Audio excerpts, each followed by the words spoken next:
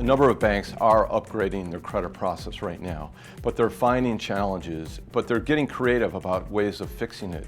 For example, I recently met with the CEO of a very small finance organization, and they're actually putting their commercial credit process on the iPhone.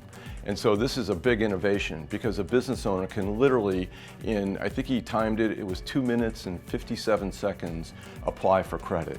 And so these are the kind of innovations that are coming from various creative organizations right now. Given this rise in new technology, the commercial lending process is kind of what's old, what's new. So it's old because it's still the same process. It's still centers of influence and relationships to find the business owner who seeks credit. It's still old because it's the collection of financial information. And it's still old because you have to assess that credit worthiness, okay?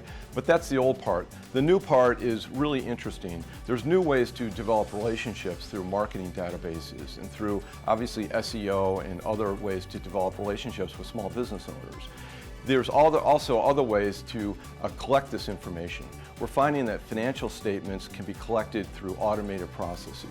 So for example, that relationship manager who just met with his business owner prospect can now send him an email, and in that email is embedded a small piece of software that will extract the financial statements from the business's QuickBooks. It's non-invasive, it's secure, there is no installing of permanent software into the business owner's environment. It's just a simple way to extract that information and get it to the banker in an automated fashion. And what this does is it saves a lot of time.